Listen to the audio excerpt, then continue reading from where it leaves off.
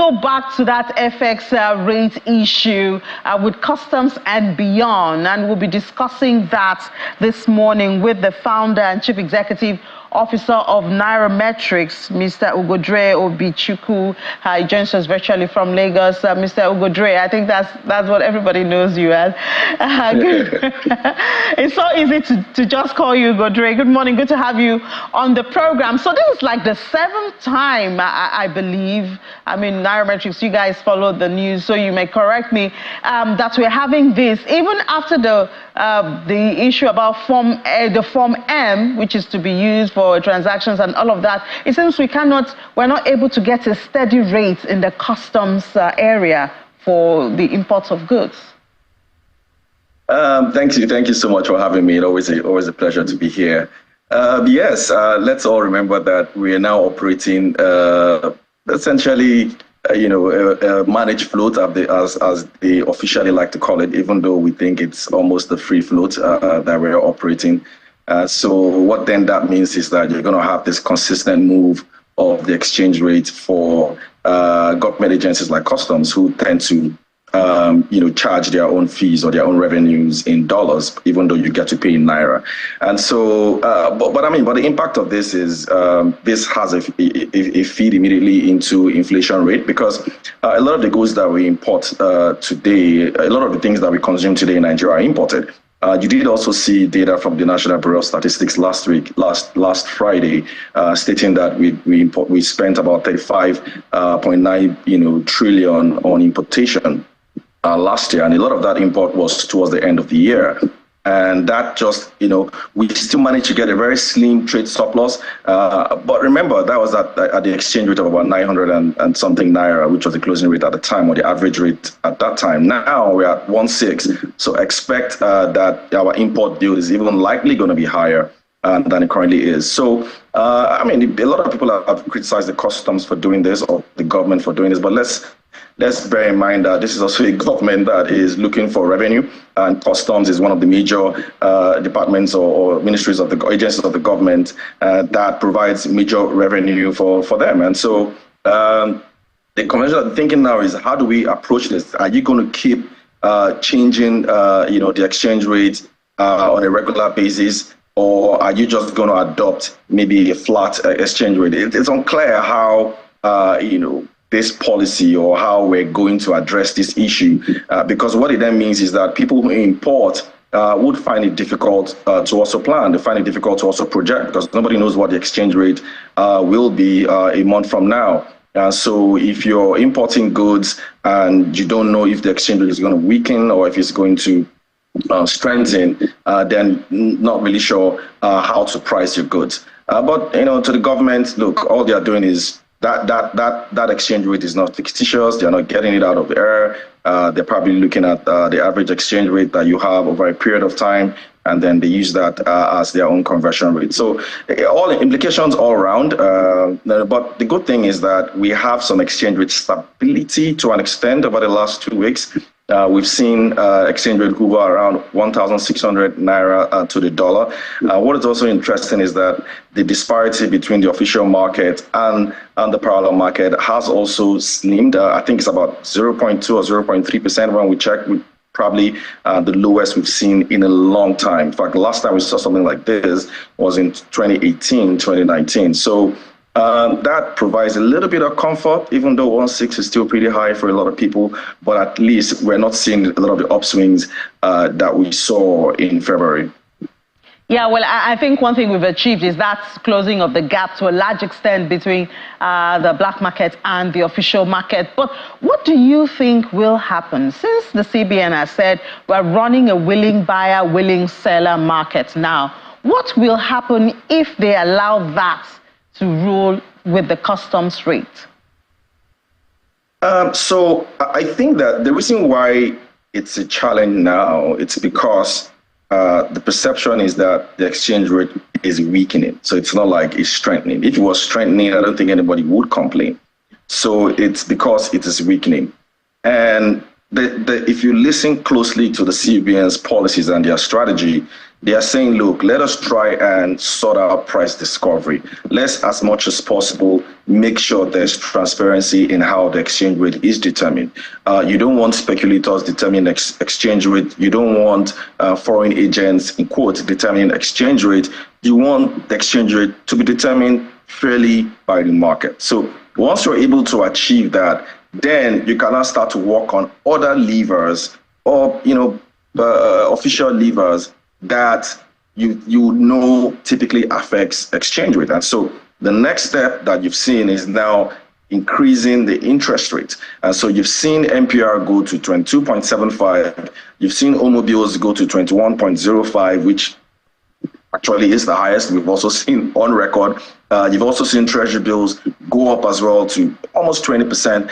And all that is geared towards trying to attract foreign investor inflow. By the way, we call that hot money inflows because that is foreign portfolio investors inflow. So the thinking is that if you're able to attract foreign investor inflow, albeit for a short period, 6 months to 1 year, then that can provide enough liquidity to achieve exchange rate stability.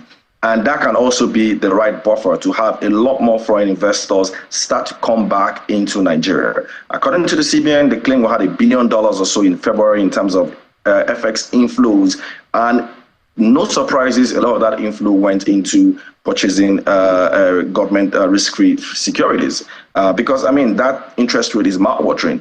And so their thinking is if they can try and solve that part of the problem, then you can start to see liquidity come back. And then perhaps you would start to see exchange rate strengthen. I read a report as well, which we also covered at Nigerianpolitics. I think it was a Goldman Sachs or so report that suggests that exchange rate could fall to 1.2 in a year. But a lot of this prognosis all depends on supply.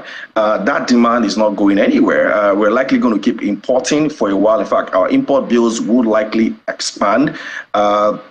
Oil export is no longer, that doesn't provide that sort of buffer that it used to provide for us several years ago. We're not producing at the sort of rates that we should be producing. So all in all, what we do need is foreign investor inflow, and that comes at a huge cost. So the hope is that, as much as that I use that hope quite gently, is if you continue to attract foreign investor inflow in the short to medium term, then the fiscal side probably will have enough time to try and fix a lot of fiscal bottlenecks that we have, because you cannot, and I've said that several times, you cannot have exchange rate stability if you're running the kind of fiscal deficit that we're currently running in the country. Yeah, and the bottom line is, if we want a permanent solution, as you noted, we have to take care of our supply. And if we keep depending on the hot money, I don't know, that's kind of risky, because I think we remember what happened a couple of years ago when, especially the NGX felt it, the foreign portfolio, the hot money just went hot, and fizzled out. I wonder what's going on with our non-oil sector. The agriculture sector, for instance, we can't even feed ourselves at this time. We're a threat of food insecurity everywhere, not to mention exporting, so that we can also boost this. These are real investment that can sustain the supply into the country.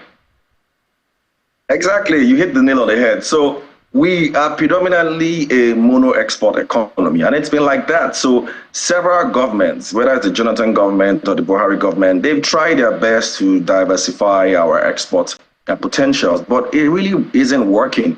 And not the fault of manufacturers, because they have tried their best to try and create a semblance of competitive export market. But there are a lot of challenges on the fiscal front. Even the central bank, the past one, as much as a lot of us try to malign them, also have tried. They've created all sorts of incentives to drive non-oil exports.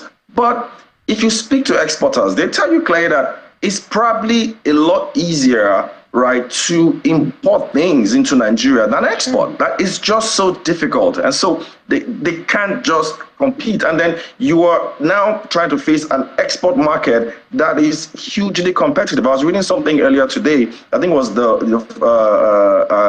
CEO of AFDB or so, that was saying that, as former Agri Minister Additional, was saying that we've basically just lost out on the agri export market, because over the years we've sunk in a whole lot of money into the agri sector to make us self-sufficient and such that we can even have enough to export. But that also is not happening. And that also speaks to some of the challenges that we have in Nigeria. So it's one thing for us to try and solve this exchange rate problem or the economic crisis that we face from a monetary perspective. There's a huge role to play from the fiscal side, and that is where the coordinating Minister of Economy comes in. So all we hear is just sound bites and sound bites. You don't hear anything concrete. It doesn't seem like there's any solid plan such as what the central bank has. Even if you don't agree with the plan that the central bank has, at least they have a plan and they are implementing it. But what plan have you seen from the fiscal side? I haven't seen anything concrete. So it's just all over the place. So you need that side to really do the coordination job that they said they want to do so that everything comes together and we have a holistic picture of where we think this economy is going. Trust me, no matter what the monetary policy side does, it can only last for a period. They can't continue to pay 21% in high interest just so that you can suck out money supply and attract foreign investors. If you don't fix the fiscal issues that we have, we're all going to come back here again because the demand for FX is not waning anytime soon. And so that's the challenge that we have. Like I've always said, Nigeria does $90 to $100 billion in FX annually. That is the sort of demand that we have. And a lot of that money comes from foreign investors, some come from crude oil exports, some come from remittances. So we're seeing remittances pick up, we're seeing foreign investor inflows pick up. But what about crude oil exports? Are we going to remain at $30 to $40 billion annually? Is that enough to give us the sort of exchange rate parity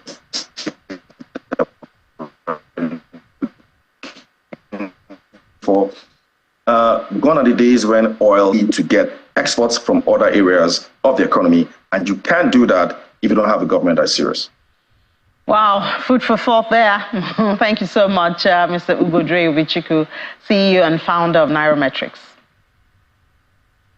Thank you.